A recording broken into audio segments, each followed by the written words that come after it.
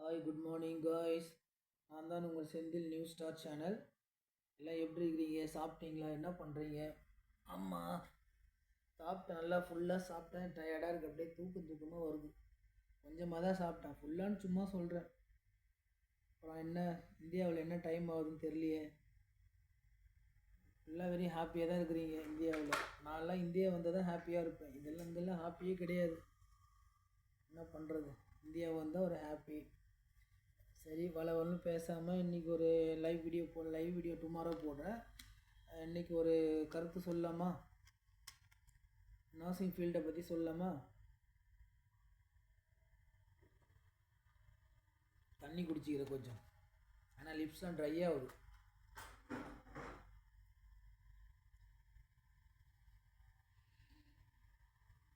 Nursing ஃபீல்டை பற்றி உங்களுக்கு என்ன டவுட் இருந்தாலும் எனக்கு கேட்கலாம், நான் உங்களுக்கு எக்ஸ்பிளைன் பண்ணுவேன். இப்போ புதுசாக இப்போ 12th முடிச்சுட்டு நர்சிங் தான் படிக்கணும்னு அப்படி கிடையாது.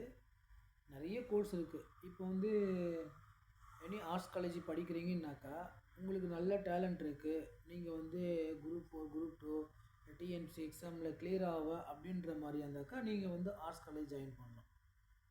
இப்போ எனக்கு அதெல்லாம் எனக்கு இன்ட்ரெஸ்ட் இல்லை, எனக்கு அந்தளவுக்கு நாலேஜ் இல்லை, ஓரளவுக்கு எனக்கு மீடியம் நாலேஜ் இருக்குதுன்னும் போது நீங்கள் ஒரு பிஎஸ்சி லேப் டெக்னீஷியனோ இல்லை பிஎஸ்சி ரேடியாலஜி அந்த மாதிரி படிக்கலாம். அதுக்கு ஒரு டெக்னிக் கோர்ஸ், அலைடு கோர்ஸ் நிறைய வந்திருக்கு இப்போ. அதையும் மீறி சரி எனக்கு நர்சிங் இன்ட்ரெஸ்ட் இருக்குனாக்கா நீங்கள் தாராளமாக நர்சிங் படிக்கலாம். நர்சிங் படிக்கிறது பெருசு இல்லை, அதை நம்ம தக்க வச்சுக்கணும். நர்சிங் படித்து முடித்த உடனே அந்த எப்படி சொல்கிறதுனா, நிறைய பேர் இந்த இண்டஸ்ட்ரியில் ஒர்க் பண்ணுறாங்க. அப்படிலாம் எப்படி போகலான்னா, நம்ம ஒரு 10 இயர்ஸ் 50 இயர்ஸ் எக்ஸ்பீரியன்ஸு ஒர்க் பண்ணி நமக்கு ரொம்ப டயர்டாக இருக்கும்போது சரி அப்போ நம்ம ஒரு கம்பெனியில் ஒர்க் பண்ணலாம். இப்போ ஹாஸ்பிட்டலில் ஒர்க் பண்ணால் இப்போ ஒன்றுமே தெரியாத கூட ஒரு பிஎஸ்சி நர்சிங் இல்லை ஜிஎன்எம்ஓ முடிச்சுட்டு அந்த ஸ்டூடெண்ட் பீரியடில் ஒன்றுமே தெரியாது தான், ஒரு பேசிக் தான் தெரியும். அந்தளவுக்கு கொஞ்சம் ஒன்றும் தெரியாது. ஆனால் நம்ம ஒரு நல்ல மெடிக்கல் காலேஜில் போயிட்டு ஹாஸ்பிட்டலில் ஜாயின் பண்ணாக்கா அங்கே எமர்ஜென்சியில் டியூட்டி பார்க்கணும். எமர்ஜென்சியும் கிரிட்டிக்கல் கேர் யூனிட் ஐசி இந்த 2 இடத்துல டியூட்டி பார்த்தாலே அந்த ஒன்றுமே தெரியாத மரமண்டையில் கூட எல்லாமே மசாலா ஏறின மாதிரி எல்லாமே மைண்ட் ரொட்டேஷன் ஆகிடும். நமக்கு ஒன்றுமே நமக்கு தெரியாது தான். ஆனால் எமர்ஜென்சி நீங்கள் டியூட்டி பாருங்களா, எமர்ஜென்சி டியூட்டி பார்த்தா 1 வீக் ஒன்றும் அப்படியே கஷ்டமாக இருக்கிற மாதிரி தான் தெரியும்.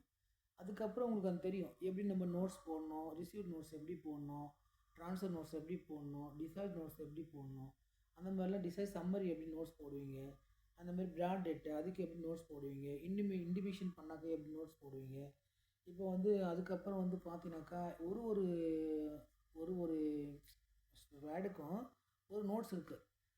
மெடிக்கல் டேர்மில் நர்சிங் எல்லாம் சொல்லுவாங்க, அந்த நல்ல மெடிக்கல் காலேஜ் ஜாயின் பண்ணால் தான் அதில் இவ்வளோ நோட்ஸு தெரியுமா. ஒரு சாதாரண ஒரு ஐஎம் இன்ஜெக்ஷன் போட்டாலும் நம்ம அதை மென்ஷன் பண்ணுவோம், அந்த டைமு டேட்டு ப்ளஸ் பார்த்தீங்கன்னாக்கா ஐஎம்ஆ ஐவியா இல்லை என்ன அதோடைய ஆக்ஷன் எல்லாமே அதில் மென்ஷன் பண்ணுவோம்.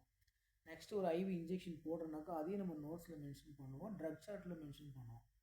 நெக்ஸ்ட்டு நம்ம பசங்க பண்ணுற தப்பு என்னன்னாக்கா, இப்போ நர்சிங் முடித்த உடனே அவங்க போகிறது ஒரே இதுனாக்கா ஜாலியாக போகணும், ஜாலியாக சுற்றணும், ஹாப்பியாக இருக்கணும், இதுதான் அவங்க நினைக்கிறாங்க. அதெல்லாம் ஒன்றுமே கற்றுக்க முடியாது. ஒரு நல்ல ஒரு மகாத்மா காந்தி மெடிக்கல் காலேஜ்ன்றது best. Medical college Mahatma Gandhi எல்லா மெடிக்கல் காலேஜை விட மகாத்மா காந்தி பெஸ்ட்டு பாண்டிச்சேரியில். ஏன்னா 1200 பெட் ஹாஸ்பிட்டலில் இருந்தாலும் சரி, அது நல்ல ட்ரெயின். இப்போ வீக்லி ஒன்ஸு கிளாஸ் உண்டு, ஆடிட்டோரியமில் கிளாஸ் வைப்பாங்க. அப்போ அந்த கிளாஸுக்கு வரும்போது எல்லாம் பயப்படுவாங்க. ஏன்னா என்எஸ் மேடம் கொஸ்டின் கேட்பாங்களா, எல்லோரும் எதில் எழுதி தெரியலனாக்கா ஷையாகும்ன்ற மாதிரி ஒரு மாதிரி கஷ்டப்படுவாங்க, அப்படி கீழே கவுந்துக்குவாங்க எல்லாம். அப்படி இருக்கிறவங்க இருக்காங்க. ஆனால் ஒரு சிலவங்களுக்கு இங்கிலீஷ் பேச நாலேஜ் இல்லை. இங்கிலீஷ் பேசலனாலும் ப்ராக்டிக்கல் நாலேஜ் உண்டு. எனக்கெலாம் நான் அங்கே பாண்டிச்சேரிலாம் வேலை செய்யும்போது பார்த்தீங்கன்னா நான் இங்கிலீஷ் பேசுவேன், மெடிக்கல் டேர்மில் பேசுவேன், நல்லா தான் பேசுவேன். ஜென்ரலாக அந்தளவுக்கு பேச மாட்டேன். அப்போ பார்த்தீங்கன்னா நான் ப்ராக்டிக்கல் நல்லா பண்ணுவேன். நான் படிக்கும்போதுமே ப்ராக்டிக்கல் நல்லா பண்ணுவேன். அதுவும் இல்லாமல் இப்போ அந்த மகாத்மா காந்தி மெடிக்கல் காலேஜில் நம்ம சோலோ டியூட்டி பார்ப்போம் இல்லையா. இப்போ கேஷுவாலிட்டியில் பார்ப்போம், ஒரு சீனியர் ஸ்டாஃப் இருப்போம், ஒரு 4-5 நமக்கு அசிஸ்டன்ட் ஸ்டாஃப் இருப்பாங்க. அந்த மாதிரி இப்போ ஒரு போஸ்ட் ஆஃப் ஐசியூவில் டியூட்டி பார்க்கும்போது இப்போ நம்ம ஒரு சீனியர்ஸ் டியூட்டி பார்ப்போம், இப்போ நம்ம கூட ஒருத்தவங்க டியூட்டி பார்ப்பாங்க. அந்த மாதிரி பார்க்கும்போது நம்ம கேஸ்லாம் தனியாக பார்க்கும்போது மேனேஜ் பண்ணணும். ஃபஸ்ட்டு நம்ம பசங்க நம்ம பண்ணுற தப்பு என்ன ஒரு விஷயம்னாக்கா, ஒரு ஹாஸ்பிட்டலுக்கு புதுசா நர்சிங் முடிச்சுட்டு ஒரு ஜாபுக்கு நர்சிங்கும் கிடையாது. எந்த ஒரு மெடிக்கல் டேர்மில் கோர்ஸ் முடிச்சுட்டு நீ வேலைக்கு போனாலும் சரி, போன உடனே ஃப்ரீயாக இருக்குன்னு நினைக்காதீங்க. ஹார்ட் ஒர்க் பண்ணணும். அவங்க ஒரு இன்ஜெக்ஷன் எடுங்க. அது இண்டிகேஷன் என்ன, சைடு எஃபெக்ட் என்ன, கான்ட்ராண்டிகேஷன் என்ன, அது எல்லாத்தையும் நோட் பண்ணுங்கள், பார்த்துக்குங்க. நெக்ஸ்ட்டு வந்து ஒரு வெண்பலன் எடுக்கிறீங்க, அது என்ன காஜுன்னு பாருங்கள், அது என்ன சைஸுன்னு பாருங்கள்.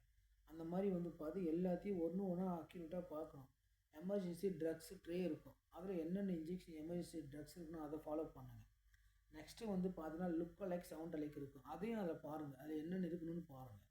நெக்ஸ்ட்டு வந்து பார்த்தீங்கன்னாக்கா ஒரு ட்ரக்கு ரோல் இருக்கு இல்லையா, அந்த ட்ராலியில் வந்து அழகாக கபோர்டில் சூப்பராக அரேஞ்ச் லுக் லைக் ஃபுல்லாக வைக்கணும், சவுண்ட் லைக் ஃபுல்லாக வைக்கணும்.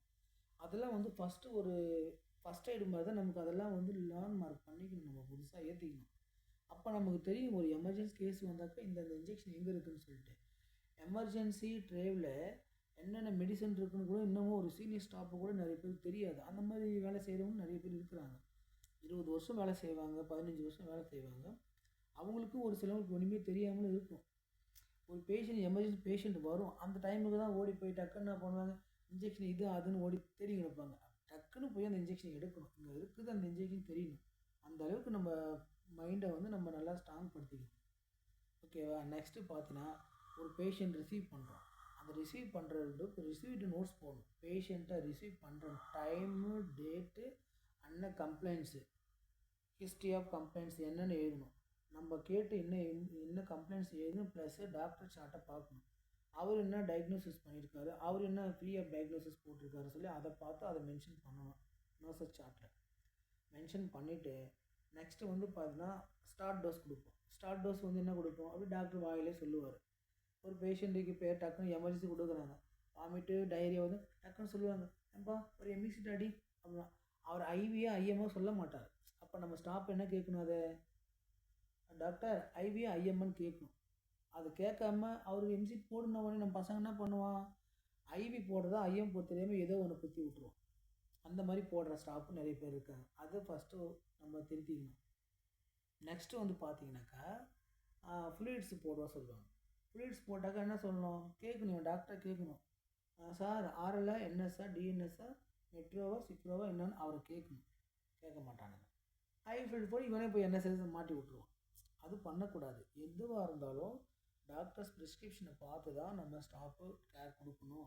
நெக்ஸ்ட்டு வந்து பேஷண்ட் வந்து வருதுன்னாக்கா அந்த பேஷண்ட் பிராடேட்டில் வருதா, அந்த பேஷண்ட்டுக்கு வந்து ஜுவல்ஸ் எதனா போட்டிருக்கா, செயின் போட்டிருக்கா, ரிங் போட்டிருக்கா, இல்லை கம்பல் போட்டிருக்கா, ஃபீமேலாக இருந்தால் எல்லாம் செக் பண்ணி பார்க்கணும். அது இருந்ததுனாக்கா அந்த பொருளை ரிமூவ் பண்ணுறதுக்கு முன்னாடியே அவங்க அட்டண்டர்ஸை கூப்பிட்டு அதை எழுதி அழகாக கன்சன்ட் எழுதி சைன் அவங்ககிட்ட வாங்கணும். டைமு டேட்லாம் போட்டு கன்சன்ட் வாங்கி இதை கொடுக்கணும். அதுவும் நம்ம பசங்களை தெளிவாக புரிஞ்சுக்கணும். நெக்ஸ்ட்டு பார்த்தீங்கன்னாக்கா பேஷண்ட்டை வந்து இப்போ எமர்ஜென்சியாக ரிசீவ் பண்ணிட்ட உடனே பார்த்தினாக்கா அவங்க எல்லா ஜுவல்ஸுமே ரிமூவ் பண்ணிட்டா பேஷண்ட் வந்து கண்டிஷனை பார்க்கணும். கண்டிஷனை பார்த்துட்டு டாக்டர் சொல்லுவாங்க, அதுக்கு நம்ம ரிப்போர்ட்டை ஃபுல்லாக எழுதணும். ஷிஃப்டட் நோட்ஸ் நம்ம பசங்க மோஸ்ட்லி பண்ணுறதுக்கு ப்ராப்பர் நோட்ஸ் போடவே மாட்டானுங்க. அந்த கேஷுவாலிட்டியில் வந்து ப்ராப்பர் நோட்ஸ் போடவே மாட்டானுங்க. என் ஸ்டாஃப்ஸுங்களாம் சொல்லுவாங்க, என் ஃப்ரெண்ட்ஸுங்களாம் நல்லா போட்டு ஆனால் அவனுங்க எல்லாருமே வாய் இருக்குன்னு அந்தளவுக்கு நோட்ஸ் ப்ராப்பர் நோட்ஸ் போடவே மாட்டானுங்க. நம்ம பசங்க வந்து நோட்ஸ் எல்லாமே அரைக்குறை தான் போடுவானுங்க. நான் வந்து இங்கிலீஷ் வந்து அந்த அளவுக்கு வந்து பேச மாட்டேன் ஜென்ரலாக, ஆனால் மெடிக்கல் டைமில் நல்லா பேசுவேன். ஏன்னா படிக்கும்போது நம்ம இங்கிலீஷ் மீடியம் தானே படிக்கிறோம், தமிழை படிக்கணும்னு அவசியம் இல்லை. அப்போ வந்து நம்ம எத்தனை வைவ் அட்டன் பண்ணியிருக்கோம், எத்தனை ப்ராக்டிக்கல் அட்டன் பண்ணியிருக்கிறோம், அதிலலாம் நமக்கு வந்து தெரியலனா கூட நம்ம டியூட்டிக்கு வந்த பிறகு அந்த கேஸ் ப்ரெசன்டேஷன் பண்ணுவோம் நம்ம. இப்போ ஒரு சில டாக்டருங்களாம் நல்ல டாக்டர்லாம் நம்ம கொஸ்டின் சும்மா கேட்டுக்கிட்டே இருப்பாங்க, ஐசியூலலாம் கேட்பாங்க. பேஷண்ட் கேட்டால் நம்ம கேஸ் ப்ரெசன்டேஷன் பண்ணுவோம். இப்போ வராங்கனாக்கா அந்த ஒரு 10 பேஷண்ட்டு ஒரு ஐசியூவில் 10 பேஷண்ட் இருக்குனாக்கா அந்த 10 பேஷண்ட்டு நமக்கு தெரிஞ்சிருக்கணும். அந்த 10 பேஷண்ட் நேமு, ஏஜ், டயக்னோசிஸு வித்து என்னென்ன நம்ம இன்ஜெக்ஷன் கொடுத்துருக்கோம், ட்ரீட்மெண்ட்டில் வந்து எல்லாமே நம்ம மைண்டில் இருக்கணும். அதுதான் வந்து ஒரு ஸ்டாஃப் நர்ஸுடைய வேலை. அவங்க பேஷண்ட்டை பார்த்து சொல்லக்கூடாது. இப்போ என்னை கேட்பேன், அந்த பேஷண்ட்டுக்கு என்னென்னு கேட்டோம், நான் டக்குன்னு அந்த பேஷண்ட்டோட லைனாக சொல்லிட்டு போவோம். அதுதான் நம்ம டியூட்டி பார்க்குற ஒரு விஷயமே. நெக்ஸ்ட்டு பார்த்தீங்கன்னா கேஷுவாலிட்டியில் அது மாதிரி இருக்கும். அந்த எல்லாம் நோட்ஸ் கரெக்டாக போடணுமா, ட்ரக் ஷாட் கரெக்டாக இருக்கணும், எல்லாமே கன்சர்ன் எல்லா சைனும் கரெக்டாக வாங்கணும். அந்த மாதிரிலாம் வாங்க மாட்டாங்க நம்ம பசங்க. ஏனோ தானோ வருதா, முடித்த உடனே அவன் என்ன பண்ணுவான், ஒரு 50 பெட் ஹாஸ்பிட்டலு, 12 பெட் ஹாஸ்பிட்டலு, இல்லை மெடிக்கல் ஓபிடி அந்த மாதிரிலாம் போய் டியூட்டி பார்க்கறதுனால பசங்களுக்கு வந்து நாலேஜ் வளர்த்துக்க முடியல. அவன் என்ன தான் இங்கிலீஷ் பேசுகிற நாலேஜ் வளர்த்துக்கிட்டாலும் ப்ராக்டிக்கல் நாலேஜ் அவனுக்கு கம்மியாக இருக்குது. அப்போ வந்து அவனால் ஒன்றும் பண்ண முடியல. அப்போ வந்து யோசிப்பானுங்க, இவன் எப்படிடா இவன் வந்து படிக்கும்போது ஒழுங்காக படிக்கும்போது இவன் எப்படிடா அப்படிலாம் யோசிப்பானுங்க. அப்படி கிடையாது. படிக்கும்போது எப்படி படிக்கிறதே கிடையாது. ஒரு டியூட்டி பார்க்கும்போது அப்போ வளர்த்துக்கிறது தான் நமக்கு நாலேஜ். அந்த டியூட்டியில் வளர்த்துக்கிறது தான் நாலேஜை வந்து நம்ம வந்து அது நம்ம லைஃப் லாங் நமக்கு வந்து ஒரு சப்போர்ட்ஃபுல்லாக இருக்கும். அது வளவலன்னு பேசிட்டேன்னு நினைக்கிறேன், தப்பாக நினைக்காதீங்க. நெக்ஸ்ட் வீடியோ நாளைக்கு பார்க்கலாம்.